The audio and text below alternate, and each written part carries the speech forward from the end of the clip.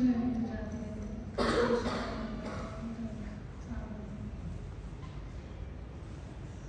असं मी म्हणू शकत नाही की मी पहिल्यांदाच तिथे उभं आहे, कारण प्रत्येक वेळेस असं होतं की छोटं का होईना थोडंसं बोललं जातं. आणि आज ऑफिशियली तसं एक ह्या सर्व्हिसमध्ये बोलण्याची संधी मिळाली. पण असं मी विचार करत होते की जाऊन असं सुरुवात करायची की आज माझी पहिलीच वेळ आहे, पण मी तसं बोलू शकत नाही. ह्या सर्व गोष्टीद्वारे फक्त देवाचं गौरव होते. आणि वचनावर मनन करत असताना देव पण खूप साऱ्या गोष्टी शिकवल्या. विशेष करून मी ह्यांचं पण आभार मानते की त्यांची पण मला खूप मदत मिळाली. संदेशाचा विषय आहे की क्वालिटीज ऑफ द ट्रान्सफॉर्मेटर. तर सुरुवातीला आपण आई होण्याची सर्वसाधारण प्रक्रिया बघूया. एखादी मुलगी जन्माला येते, ती वाढत मुलगी होते आणि मग जेव्हा ती 18 वर्षाची झाल्यानंतर ती एक प्रौढ स्त्री होते. आणि मग कालांतराने ती विवाहित होते. मग काय काय अविवाहित पण राहू शकतात.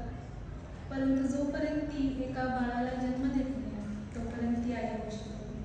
मग आई होणं हे एक म्हणजे जितकं सुखद आहे तेवढं त्रासदायक पण आहे की बाळाला जन्म देईपर्यंत आणि दिल्यानंतर पण आईला एक मानसिक शारीरिक भरपूर बदलावांना सामोरं जावं लागतं. त्यात पहिली गोष्ट की लेबर पेनबद्दल आपल्या सर्वांना माहिती आहे. लेबर पेन असं म्हणतात की सर्वात जास्त हाय पेन स्कोर असलेलं पेन आहे. आणि असं म्हणतात की त्यावेळेस फक्त बाळाचाच जन्म होत नाही तर आईचा सुद्धा परत जन्म होतो असं म्हणतात. त्यानंतर बाळाचं संगोपन हे तिच्यासाठी अजून चॅलेंजिंग असतं. ह्या गोष्टी आपल्या सर्वांना माहीत आहेत, त्या काय नवीन नाही आहेत. मग आई होण्यामागील उद्दिष्ट आपण बघूया की प्रत्येक विवाहित स्त्री जिला बाळ झालेलं नाही आणि जिला बाळ व्हायचं आहे आणि जी ऑलरेडी आई आहे आणि जी आई का आहे या गोष्टींकडे जेव्हा आपण ख्रिस्ती विश्वासणाऱ्या स्त्रीच्या म्हणजे आपण ख्रिस्ती विश्वासानुसार बघतो तर तेव्हा ह्या गोष्टींचा दृष्टिकोन म्हणजे जगातल्या आयांपेक्षा आपला वेगळा असला पाहिजे. तर आपल्याला माहिती आहे की युरोप आणि अमेरिका असारख्या डेव्हलप कंट्रीजमध्ये सिंगल मदर असा खूप म्हणजे घाणेरडा प्रकार आहे तो जो सैतानाने चालवला आहे. आणि ह्या पापाला अनेक तरुण मुली बळी पडल्यात. तर आश्चर्य हे आहे की गव्हर्नमेंट सुद्धा या गोष्टींना परमिशन देते. हा काय आपला आजचा विषय नाही आहे. मग आपला मेन विषयाकडे आपण जाऊया की जगातील इतर आया आणि ख्रिस्ती विश्वासणारी आहे त्यांच्यातला बेसिक डिफरन्स आपण बघूया. तर शास्त्र भागातून आपण 2 उदाहरणं वाचली. मग पहिली आई आपण बघणार आहोत की मोशीची आई योगबेद. योगबेद म्हणजे देवाचे गौरव. तर जुन्या करारात देवाने अनेक चमत्कारांनी आपल्याला त्याचं गौरव व्यक्त केलेलं दिसतं. तर अनेक ठिकाणी देवाने लोक आणि ते घटना यांच्याद्वारे सुद्धा इनडायरेक्टली आपलं गौरव आणि योजना या प्रकट केल्या आहेत. जेव्हा मी शमूएल मोशेच्या आईबद्दल विचार करत होते तेव्हा तिच्या लेकराबद्दल तिच्या लेकराच्या जीवनाच्या योजना तिला माहीत नव्हतं.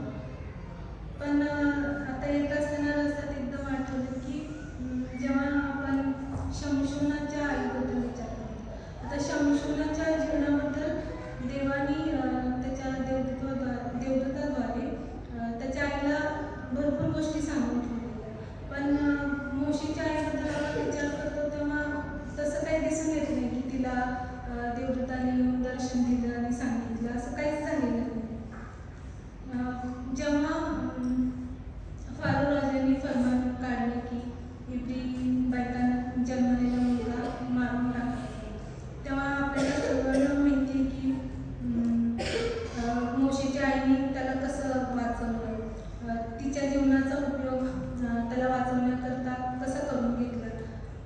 सगळं आपल्याला माहिती आहे. परंतु या घटनेकडे जेव्हा आपण पवित्र आत्म्याच्या मार्गदर्शनाने बघतो तेव्हा अनेक गोष्टी आपल्याला देव प्रगट करतो. ती एका धार्मिक कुटुंबाची आई होती आणि संकटाच्या काळात तिने जसं मोशेला पेटात घालून नाईल नदीच्या लवाड्यात नेऊन ठेवलं. ती हे फक्त आपल्या मुलाचा जीव वाचवण्याकरिता करत होती. हे करत असताना तिला देवाच्या पुढील योजना माहिती नव्हती. ज्या पाण्यात त्या बाळाला तिने सोडलं ते देवाच्या वचनाचं प्रतीक आहे. प्रत्येक धार्मिक आई आपल्या मुलाला देवाच्या वचनात वाढवणे यामध्ये आपली मुलाची सुरक्षितता बघत असते. आपण पण लेकरांकडून वचन पाठ करून घेतो, प्रेयर करायला शिकवतो. त्याच्यामध्ये आपला स्वार्थ आहे की माझ्या लेकराला काही त्रास होऊ नये, पुढं नाही का चुकीच्या मार्गाला लागू नये. आणि असं वाटतं की जेव्हा ते एकटे असतील तेव्हा ते देवावरच विसंबून असावे. तशी तिची पण अवस्था तशी दिसते की ती वाचवायला बघायला लागली की त्याला मारू नये. मोशेची बहीण मरियम ही त्याची राखण करत होती आणि त्या ठिकाणी पवित्र आत्म्याला ती रिप्रेझेंट करते. इस्रायल लोकांना नाशातून बाहेर काढण्यासाठी देवाने मोशेची निवड केली होती हे तिला माहीत नसताना सुद्धा देवाने युक्तीचा अशा प्रकारे तिच्या जीवनाचा उपयोग करून घेतला. इस्रायल लोकांच्या शत्रूद्वारे मोशेला वाढवलं एवढंच केवळ नाही तर त्याला राजवाड्यात प्रिन्स होण्याचा सन्मान केला. आता महत्त्वाची गोष्ट ही की आईला देवाच्या योजना माहीत नसल्यामुळे ती आपल्या मुलाला काही सांगू शकत नाही. मोशेला ती समज येईपर्यंत देवाला वाट बघावी लागली. मोशेची पहिली 40 वर्षे ही फारोच्या राजवाड्यात आणि नंतर 40 वर्षे ही मिद्यानात राहण्यात गेली. यात फक्त मोशेचीच 80 वर्षे वयस झाली नाही तर देवाला सुद्धा 80 वर्षे वाट बघावी लागली. हा महत्त्वाचा मुद्दा आहे. फारोच्या मुलीने मोशेला होईपर्यंत त्याच्या आईकडे सांभाळायला ठेवलं आणि एवढा काळ तो आपल्या आईसोबत असताना सुद्धा ती त्याला त्याच्याबद्दल असलेल्या देवाच्या योजनांबद्दल काही सांगू शकत नाही कारण त्या तिला माहीतच नव्हत्या. या ठिकाणी आपल्याला दिसून येते की प्रत्येक ठिकाणी देव एकाच प्रकारे काम करत नाही. आता या ठिकाणी त्या आईला काहीच माहीत नाही आणि दुसऱ्या ठिकाणी आपण दुसरे उदाहरण बघितलं तर देव ज्या ठिकाणी गरज आहे तसं त्यांनी काम केलेलं आहे की त्याच्या देवदूतांना पाठवून त्या गोष्टी सांगितलेल्या आहेत. आता आपण दुसऱ्या आईबद्दल बघूया. शमूएलाची आई हन्ना. शमूएलाची आई हन्ना जिचा अर्थ देवाची कृपा. हिच्या जीवनात देवाने अशी कृपा केली ते बघू. आता हन्नाची स्टोरी आपल्याला सर्वांना माहिती आहे आणि पण ह्या स्टोरीकडे जेव्हा आपण पवित्र आत्म्याच्या मार्गदर्शनाने बघतो तेव्हा देव अनेक गोष्टी आपल्याला रिव्हील करतात.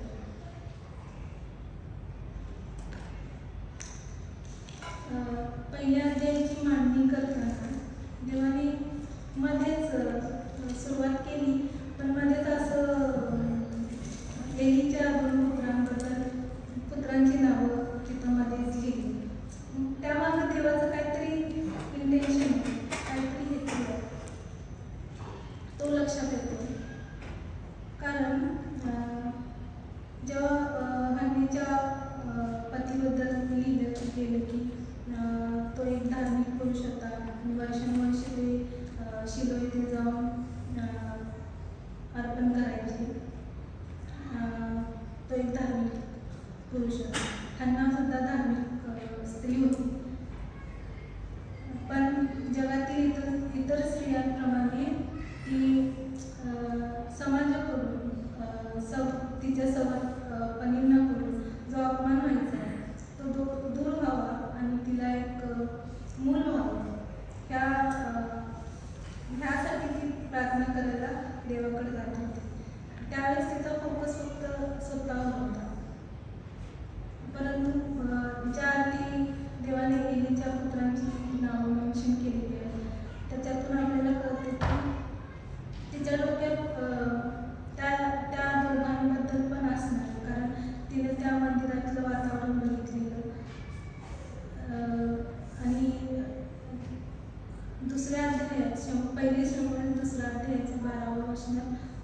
एलीच्या पुत्रांबद्दल लिहिली की एलीचे पुत्र अधम होते, त्यांना परमेश्वराची ओळख नव्हती. आणि पूर्ण जर आपण दुसरा अध्याय वाचला तर त्याच्यातून कळतं की ते खूप दुष्टतेने वागत होते. आणि तिनं तिथलं वातावरण बघितल्यामुळं जेव्हा तिनं देवाच्या योजना तिला कळाल्या, इस्रायलाचं भविष्य तिच्या डोक्यात आलं, तिला कळालं, तेव्हा तिची प्रार्थना बदलली. आधी ती स्वतःसाठी प्रार्थना करत होती, पण नंतर ती इस्रायल देशासाठी प्रार्थना करते. कारण तिनं नंतरच्या भागात आपण बघतो की तिनं पुत्र संतान मागितलं. त्याला देवाच्या मंदिराची सेवा करण्यासाठी समर्पण करण्याचा तिने नवस केला.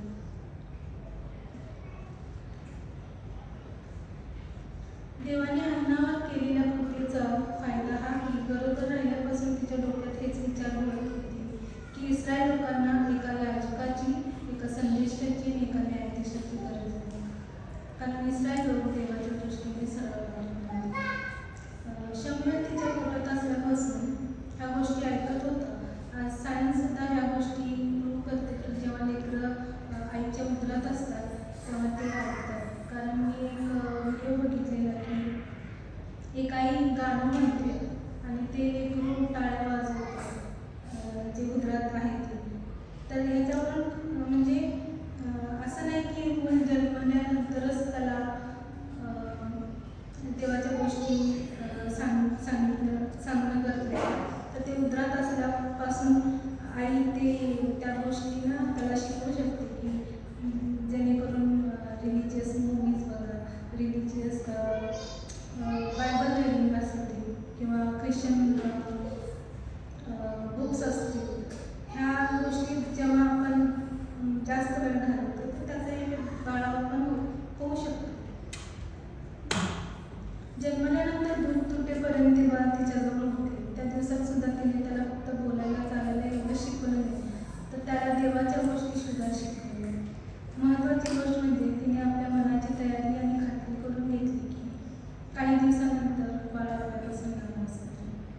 आणि ज्या पद्धतीने आपण सुद्धा जेव्हा लेकरं शाळेत जायच्या वयाचे होतं तेव्हा आपल्याला खूप गोष्टी विचारत होतात की पॉटी ट्रेनिंग झाले का, त्याला कम्युनिकेशन करता येतं का, त्याला थोडंफार इंग्लिश येतं का, येस नो ह्या गोष्टी तरी यायला पाहिजे.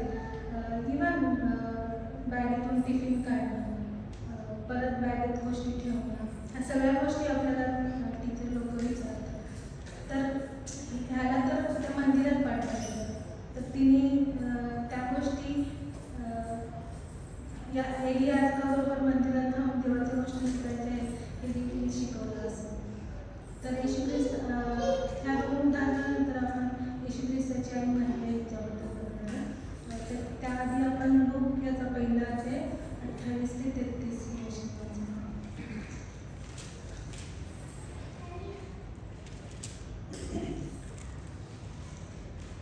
देवदूत तिच्याकडे आत येऊन म्हणाला, हे कृपा पावलेल्या स्त्रिये, कल्याण असो, प्रभू तुझ्याबरोबर असो. या बोलण्याने तिच्या मनात कळवळ उडाली आणि हे अभिवादन काय असेल याचा ती विचार करू लागली. देवदूताने तिला म्हटले, मरिये भिवू नकोस, कारण देवाची कृपा तुझ्यावर झाली आहे. पहा, तू गरोदर राहशील व तुला पुत्र होईल. तू त्याचे नाव येशू ठेव.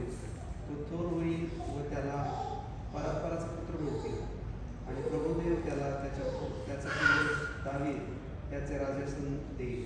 आणि तो याकोबाच्या घराण्यावर युगानुयुग राज्य करेल व त्याच्या राज्याचा अंत होणार नाही. मारियाला सुद्धा गॅब्रिएल देवदूताने दर्शन देऊन म्हटले की हे कृपा पावले. आता ह्या ठिकाणी देवदूताने मारियाला सर्व गोष्टी सांगितल्या. मरियाने हन्ना यांच्यातील साम्य पाहिले की देवाने त्यांना संतान देण्याचा उद्देश आणि देवाच्या योजना दाखवल्या आणि सांगितले. त्याला देवाची कृपा म्हणतात. देवाची कृपा झाल्यावर देवाने त्याच्या योजना हन्नाला दाखवल्या तेव्हा तिचं परिवर्तन झालं आणि तिने योग्य प्रार्थना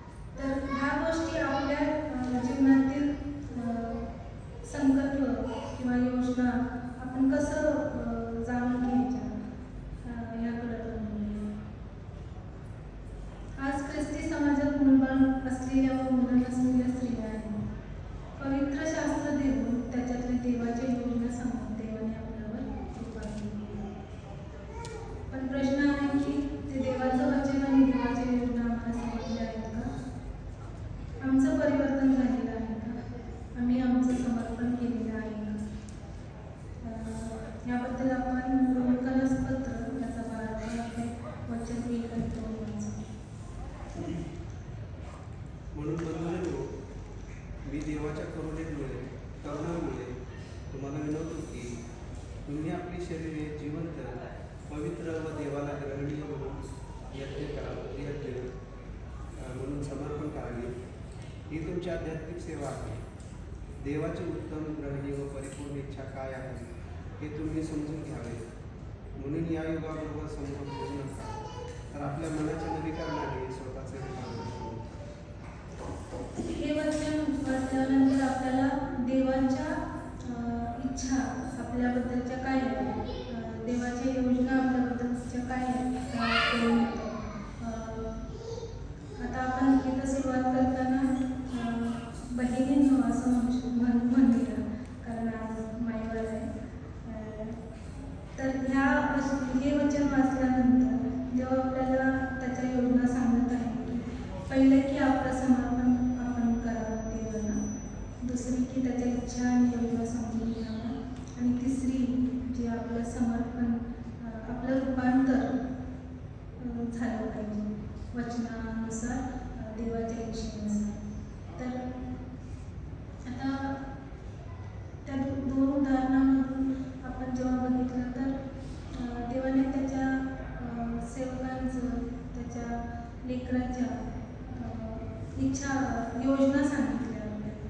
तर आपण आपल्या जीवनाच्या योजना आपल्याला कसं कळणार?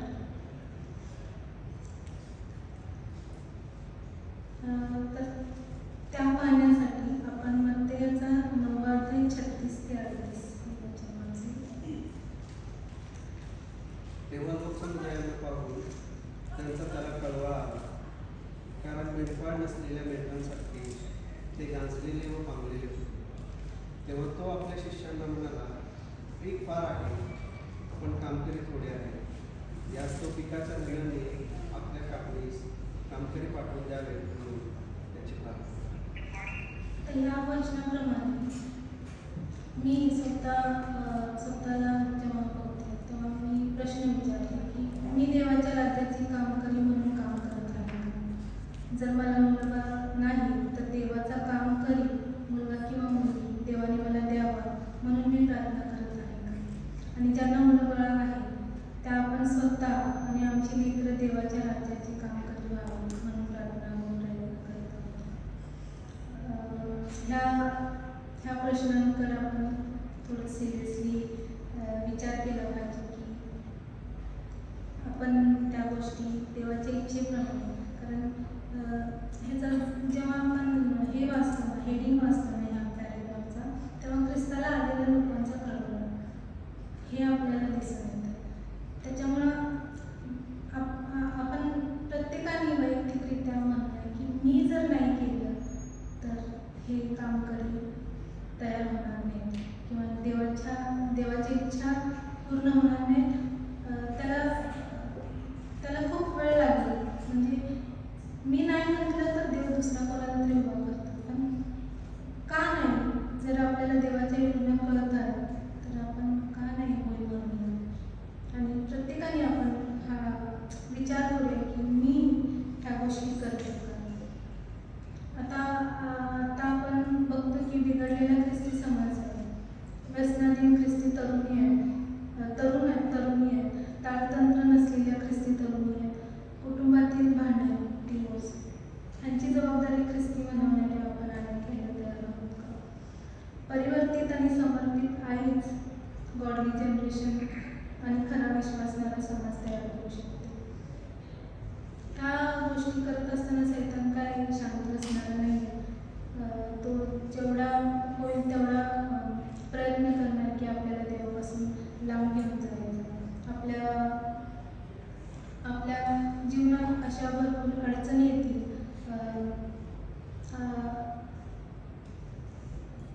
आजार येतील आणि असं वाटेल की मी खूप देवापासून लांब गेले. पण त्यावेळेस फक्त आपण देवाकडे बघितलं पाहिजे, देवाच्या वचनात वाढलं पाहिजे.